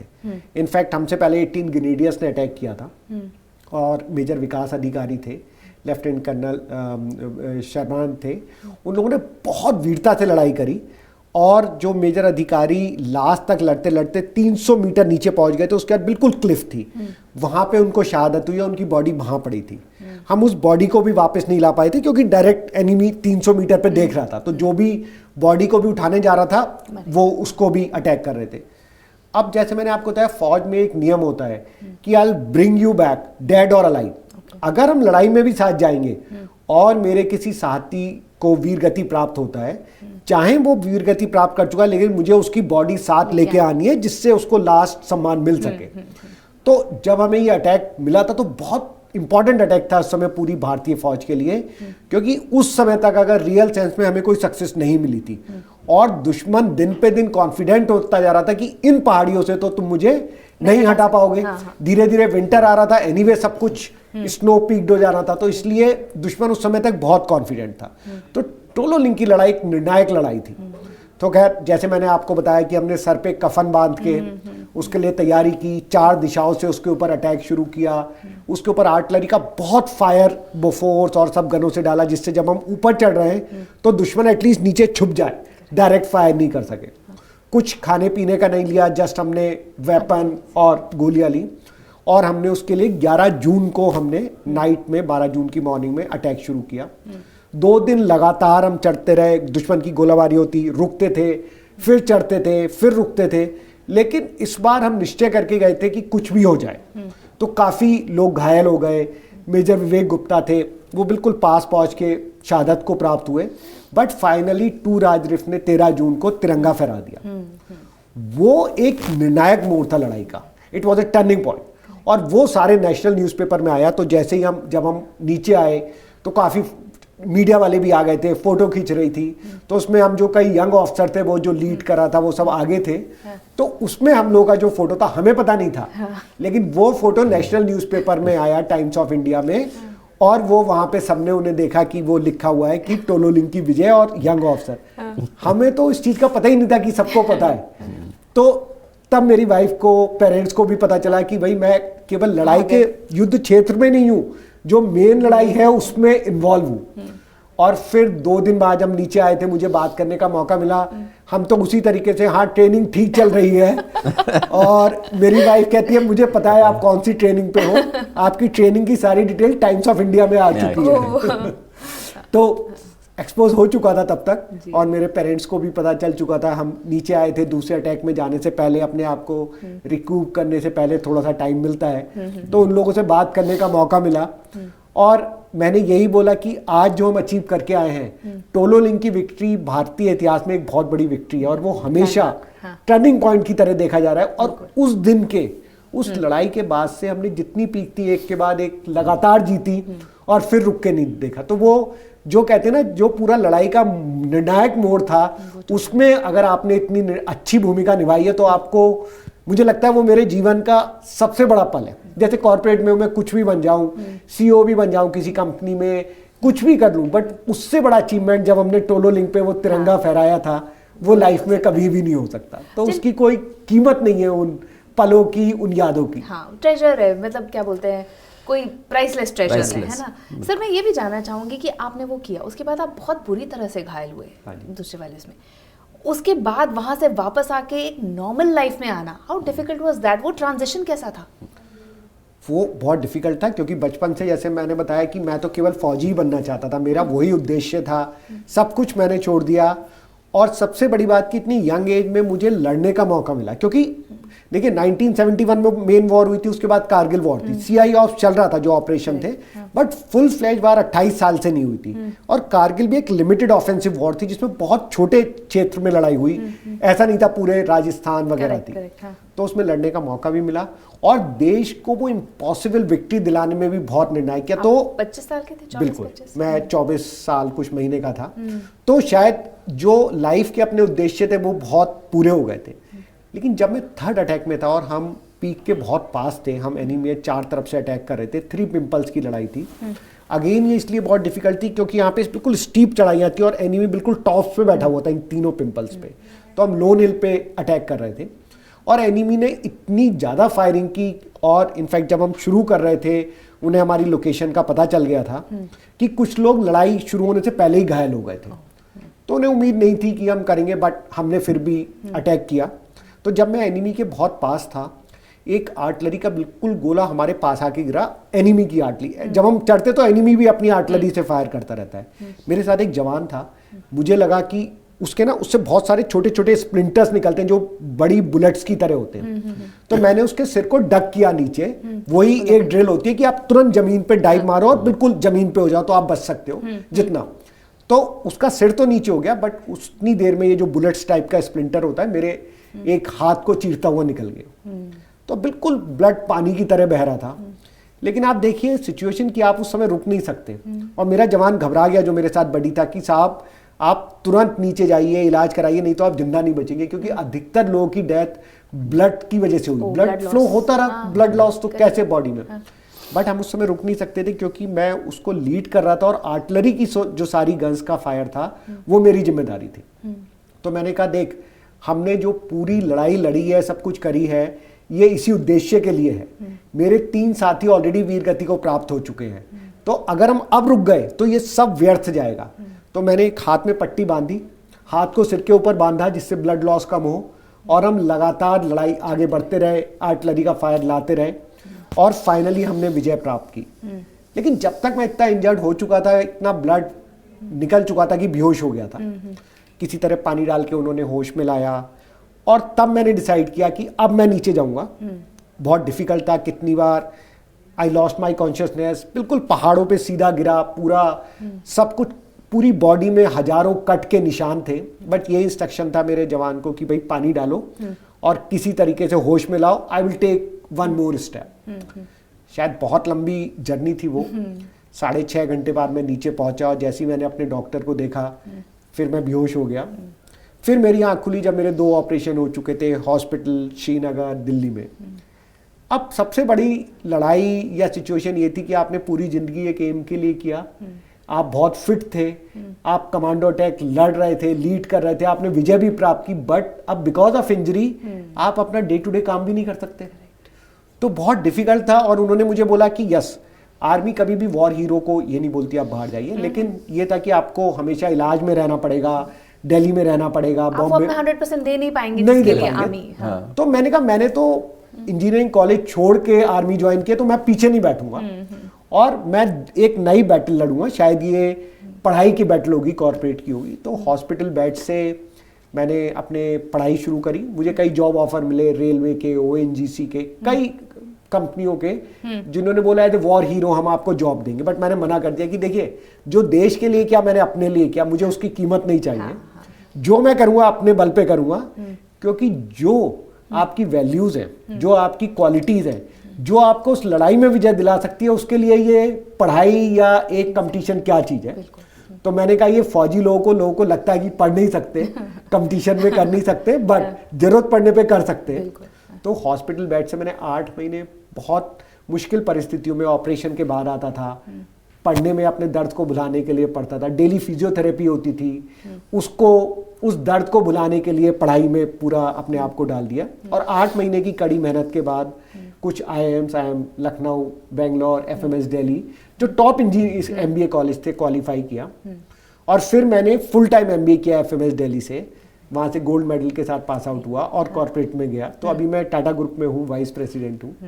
ये ट्रांजिशन बहुत डिफिकल्ट था क्योंकि मेरी पहली चॉइस तो फौजी थी, लेकिन फौज ने ये भी सिखाया था कि किसी भी परिस्थिति में कुछ भी हो जाए, आप एक विक्टिम माइंडसेट नहीं ले सकते। Correct. आप विक्टिम Get नहीं हो, back- get back and start आप going. विनर हो। हाँ। अगर ये फील्ड आपको बिकॉज ऑफ फिजिकल इंजरी आप नहीं कर सकते, दोबारा आगे नहीं जा सकते, take a new field and prove yourself again. तो मैंने वो चैलेंज लिया, एक्सेप्ट किया, और मतलब ये बात बताते हुए मुझे बहुत अच्छा लगता है, वही विनर की फीलिंग आती है कि बिल्कुल नई फील्ड थी, बट उन्हीं क्वालिटी के बल पे दोबारा सक्सेस मेंटल स्ट्रेंथ जो आपने डेवलप कर ली थी, उसके बल पे आप कोई भी, कहते हैं ना, कोई भी किला फतेह कर सकते हैं अगर हमने देश की वो कर लिया तो। बहुत ही इंस्पायरिंग स्टोरी है अखिलेश जी। कैप्टन शर्मा की मैं बात करूं, बहुत कम उम्र में वीरगति उनको प्राप्त हो गई, वो 22 साल के थे। तो एक लंबा अरसा जो आप उनके संग बिता सकते थे नहीं बिताया, पर फिर भी मैं आपको भी क्रेडिट दूंगी नरेश जी, आप लोगों ने कितना उनको जीवित रखा है यादों में, बातों में और उनकी किस्से कहानियों में। और जैसा कि आपने बताया भी था कि आपने अपने ड्राइंग रूम में बहुत सारी उनकी तस्वीरें, उनके लेटर्स रखे हुए हैं। ये क्रिकेट मैच आप लोगों ने शुरू किया, कैसे आइडिया आया कि क्या करें कि उनको अलाइव रखें, या किस तरह से दुनिया उनको याद रखे? वो फीलिंग, वो थॉट कैसा था? मैम, पापा लास्ट टाइम जो थे हमारे, वो रेस कोर्स में थे। तो मैंने जैसे बताया कि मोस्ट ऑफ द स्कूलिंग जो हमारी थी वो KVR के पुरम सेक्टर 2 में हमारी थी। तो जब हम आते थे तो नोएडा में पापा ने घर लिया, और तब पापा सर्विस कर रहे थे। तो हम लोग यहाँ जब आए तो उसके बाद जो रोड अभी भैया के नाम से रखी हुई है, शहीद कैप्टन शशिकांत शर्मा मार्ग, ये ग्रीन बेल्ट होती थी। 12th पास करी हुई थी, हम भैया कर चुके थे, मैं 10th में था। और उसी रोड पे, ग्रीन बेल्ट के रोड पे, नोएडा गोल्फ कोर्स एक साइड पे होती थी, और यहाँ एक बस स्टैंड होता था 37 का पुराना। आई एम टॉकिंग जब हम एक बड़ा बस अड्डा वही होता था बस अड्डा 37 का। इसके आगे एक पूरी ग्रीन बेल्ट होती थी, जहाँ पर भैया के साथ जो रेजिमेंट में थे लोग, इंक्लूडिंग म्यूरियर में कैप्टन हनीफुद्दीन थे, उनकी मदर, और भैया के कई ऐसे दोस्त जो बने फिर NDA के बाद। हमारी जो खेल हुई है मैम, वो किसी ग्राउंड में नहीं हुई है। हम जो क्रिकेट खेलते थे वो हमने शुरू करी है कॉर्क बॉल से।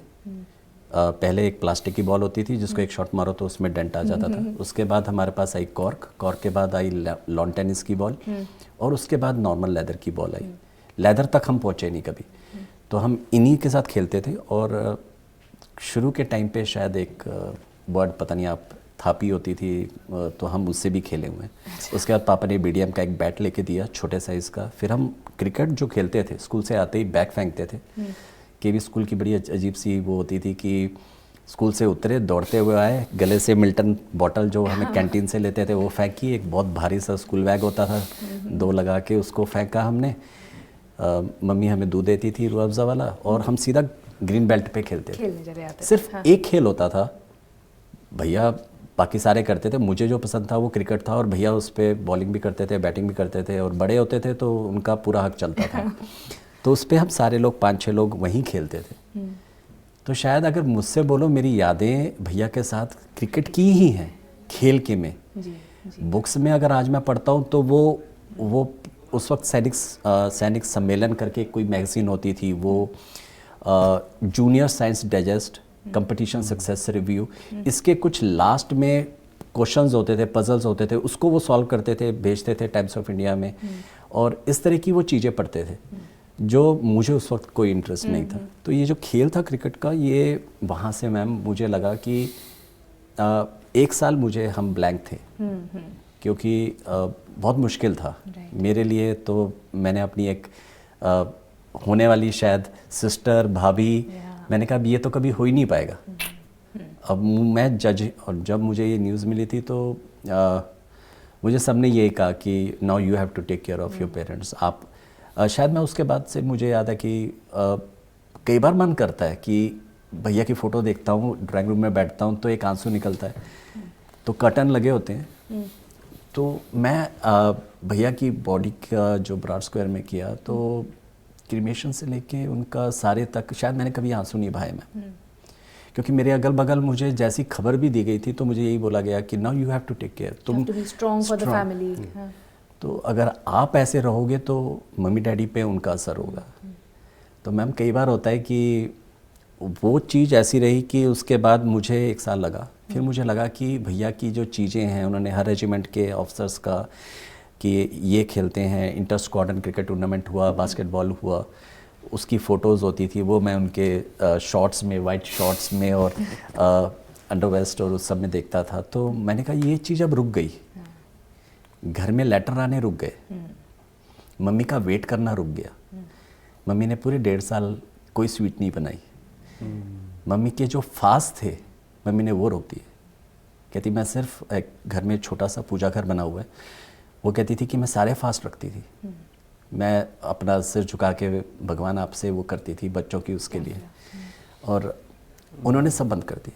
करवा चौथ का फास्ट होता है एक लेडी के लिए, मैम उन्होंने आज तक, भैया की शहादत से आज तक वो नहीं करती। मैं बहुत बार बोलता हूँ वो नहीं करती हैं, उन्होंने वो बंद कर दी। हमारी, जब मुझे लगा कि एक नॉर्मल रूटीन मेरी अफेक्ट कर रही है, मेरे साथ कुछ भी करो, अब मेरी जिम्मेदारी थी जो मुझे धीरे धीरे एहसास होने लगा, क्योंकि मैं भैया के शैडो में बहुत केयर फ्री था। मुझे कुछ चाहिए भैया से मांगा, उन्होंने दे दिया।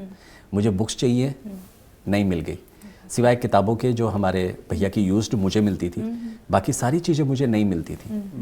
भैया की यूज्ड बुक्स जिस पे लाइनें उन्होंने करी होती थी, वो वापस 2 साल वो रखी होती थी, वो मेरे पास आती थी, वही पढ़ना है।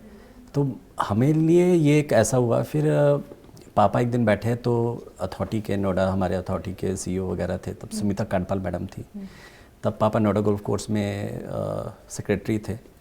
तो ये घर के सामने ही था। उन्होंने कहा कि शर्मा जी आप घर पे मत रहिए, आप बाहर निकला करें, थोड़ा सा वो करें, पैदल चल कर आएँ, वॉकेबल डिस्टेंस है तो थोड़ा सा वो होगा, मैम को भी लेकर आए।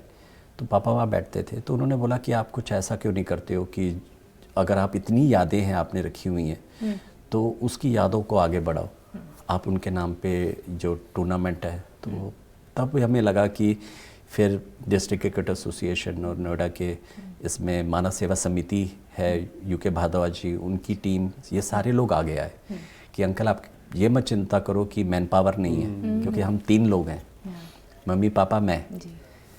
तो वहाँ से ये शुरू करा मैम। और आप यकीन मानिए आज पिछले साल हमने अभी अक्टूबर में सिल्वर जुबली मनाई है सर, क्रिकेट टूर्नामेंट की। एक नोएडा का काफ़ी प्रेस्टिजियस टूर्नामेंट वो बन गया और इस बहाने उनको याद करा जा रहा है। और सबसे बड़ी बात है कि कोविड में भी हमने कंटिन्यू करा। बहुत मुश्किल था, सारे प्लेयर्स थे, कोचेस थे, हम लोगों ने पूछा मैम नोएडा अथॉरिटी हमें जो ग्राउंड की इतनी एक दिन की कॉस्ट बहुत ज़्यादा होती है, वो हमें 10 दिन जो हम 5 अक्टूबर को हर बार करते हैं उनकी शहादत पे, और 10 दिन चलता है, वो हमें फ्री में देती हैं। उसका मेंटेनेंस, उसका अथॉरिटी इतने साल से, पिछले बार लोकेश जी आए थे तो वो इतना कर रहे हैं। और कोविड में भी हमने उन BCCI के प्रोटोकॉल को, उन्होंने बताया ऐसे ऐसे फॉलो करा जाएगा, लेकिन इसको रुकेंगे नहीं, हम उतना वो जो है उसको आप फॉलो करके करेंगे।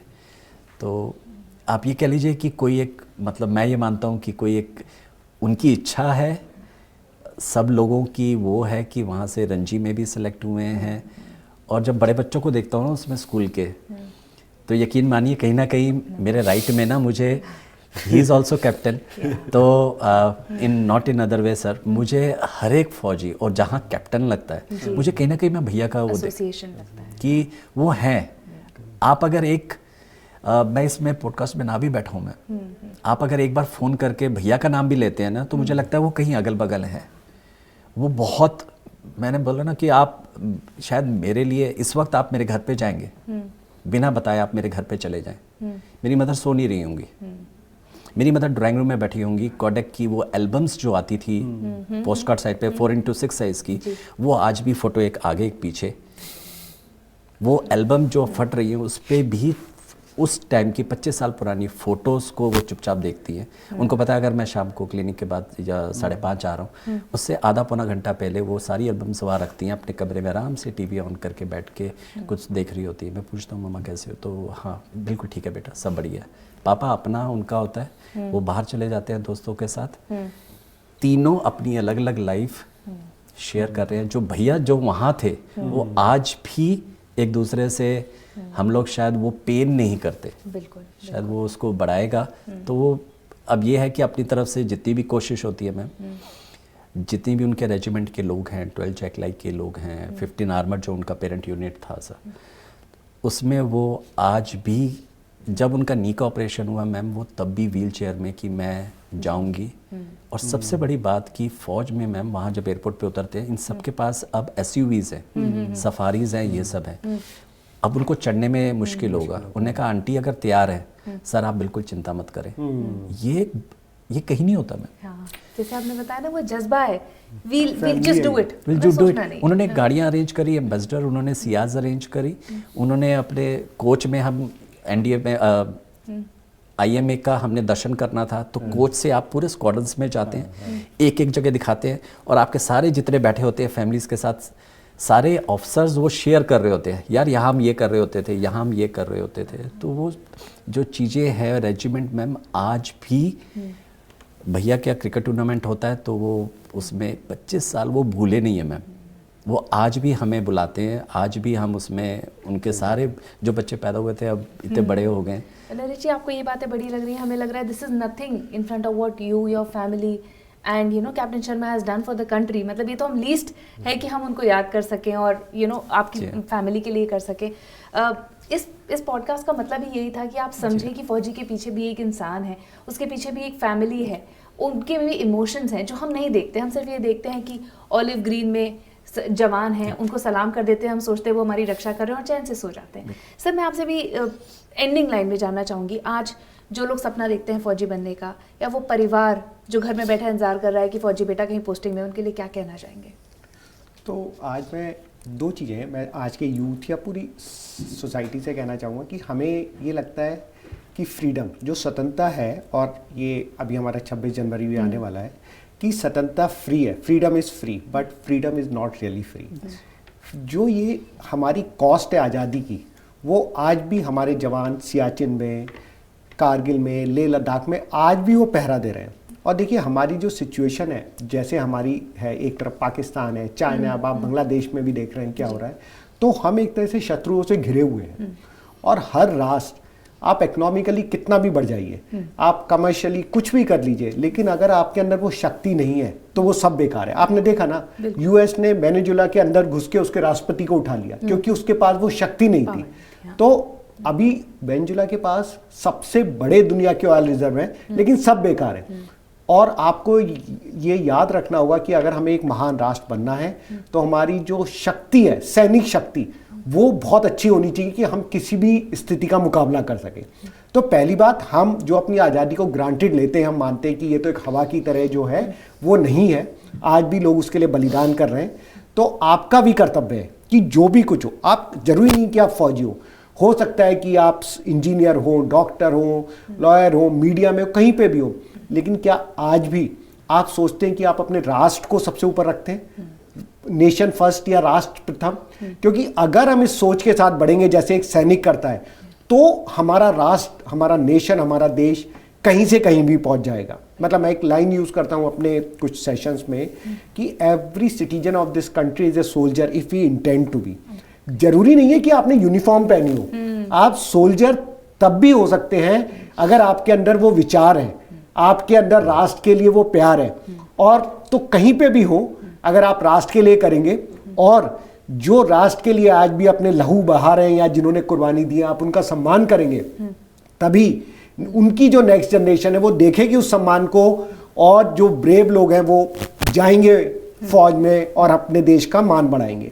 तो आपको ये चीज हमेशा याद रखना है कि हम 26 जनवरी 15 अगस्त मनाते हैं, लेकिन ये एक दिन का पर्व नहीं होना चाहिए, ये पूरे हमेशा का पर्व होना चाहिए। और उन लोगों को सल्यूट होना चाहिए जो देश के लिए इतना सब कुछ कर रहे हैं। बिल्कुल। और आपसे सर कि सिर्फ वो जो ऑलिव ग्रीन पहनते हैं, यूनिफॉर्म पहनते हैं, वो सोल्जर नहीं होते, पूरी फैमिली एक तरह से मोर्चे पे खड़ी है और सोल्जर है। सो आप क्या कहना चाहेंगे उन फैमिलीज को जो अभी भी इंतजार कर रही हैं या इक्वल सैक्रिफाइस कर रही हैं क्योंकि उनके घर का कोई हमारी रक्षा कर रहा है? मैम ये एक बहुत बड़ी रिस्पॉन्सिबिलिटी है, जैसे कैप्टन अखिलेश सर ने बताया, मेरे हिसाब से बिल्कुल सही बात है। कुछ आपकी लिमिटेशंस होती है जो आप फैमिली से वो करते हैं, लेकिन मेरे हिसाब से जो भी किसी भी, चाहे वो ऑलिव ग्रीन पहनता हो, चाहे वो आपका वाइट हो, नेवी की ड्रेस, मैन इन ब्लू हो, चाहे नेवी के हों, आर्म्ड फोर्सेस का या कोई पैरामिलिट्री का हो, जो भी यूनिफॉर्म डालता है, चाहे वो किसी भी ब्रांच का हो, किसी भी सर्विस का हो, मेरे ख्याल से उसका सबसे क्रेडो एक ही होता है कि नेशन फर्स्ट। वो आपके देश की रक्षा के लिए वो उसको यूनिफॉर्म को आपको पहनता है। तो आपकी जो ताकत है मैम, आप यकीन करिए, मैं अपने एक भाई की तरफ से बता सकता हूँ पर्सनल लेवल पे, कि जो उनको वहाँ पे उनके एक कदम पीछे नहीं हटने देता, उनको वहाँ पे एक ताकत देता है, उनको मोटिवेट करता है, क्योंकि सबसे बड़ी चीज़ जो एक इंसान की लाइफ में हो सकती है वो उसकी लाइफ होती है मैम। अगर वो उसको स्टेक पे रख के वो उस पोस्ट पे जहाँ उसको पता होता है कि अब मैं शायद वापस ना जा पाऊँ, और भैया ने तो वॉलंटियर किया था अपने आप को, तो मेरे ख्याल से फैमिली का सपोर्ट, फैमिली से ज़्यादा मेरे ख्याल से, कि जैसे कहा जाता है कि आप जो एक राष्ट्र है, पूरे जो लोग हैं, रेजिडेंट्स हैं मैम, उसका सपोर्ट, एक ये नहीं कि कोई शहीद हो जाए उसको करो, जब कोई फौजी हो तो वो रिस्पेक्ट उसके उस यूनिफॉर्म को आप देते हैं, उस आप देश को एक तरह से देते हैं। आप उसकी फैमिली, सिर्फ एक आप उसको ना दें, आप उसकी परिवार को दें, और हर एक रेजिडेंट का, हर एक सिटीज़न का, आपकी लोकेलिटी में रेजिडेंट का, आपके हर एक सिटीज़न का, ये एक मेरे ख्याल से, मैं बहुत स्ट्रांगली कह रहा हूँ कि आपका एक राइट बनता है कि आप वो उनके साथ खड़े हों, क्योंकि वही कहा जाता है कि for your tomorrow they are given their today. आप हर वॉर मेमोरियल पे देखें तो ये एक, आप उनकी शहादत को कभी भूलने ना दें, और जो सर्व कर रहे हैं और जो वेटरन्स हैं उनके कंट्रीब्यूशन को हमेशा याद रखें, क्योंकि जो सेक्रीफाइस है मैम, ये एक बहुत छोटा वर्ड, या मैं नहीं कहता, बहुत परिवार के लिए बहुत बड़ा होता है। तो उनकी ताकत, उनका मनोबल, वो आपका, जो आप उनको ट्रिब्यूट देते हैं, जो आप उनको रिमेंबर करते हैं, वो है मैम। तो जैसा कि सर ने कहा कि गणतंत्र दिवस आ रहा है, इसलिए शहीदों को याद मत करिए, इसलिए सैनिकों को सम्मान मत दीजिए, पर ये याद रखिए कि आज अगर हम और आप सुकून की सांस ले रहे हैं तो इस वजह से ले रहे हैं क्योंकि कोई हमारी देश की रक्षा कर रहा है। और सैक्रिफाइस, जैसा कि आप कह रहे हैं, हमें लगता है कि हमने अपनी नींद सैक्रिफाइस कर दी, हमने अपना खाना सैक्रिफाइस कर दिया, जो सैक्रिफाइस ये इनका परिवार कर रहा है उसके सामने ये सैक्रिफाइस कुछ भी नहीं है। तो ग्रैटिट्यूड ज़रूर रखिए। आज के बतरस में इतना ही सर, बहुत बहुत शुक्रिया आने के लिए। Thank you. Thank you ma'am. जय हिंद।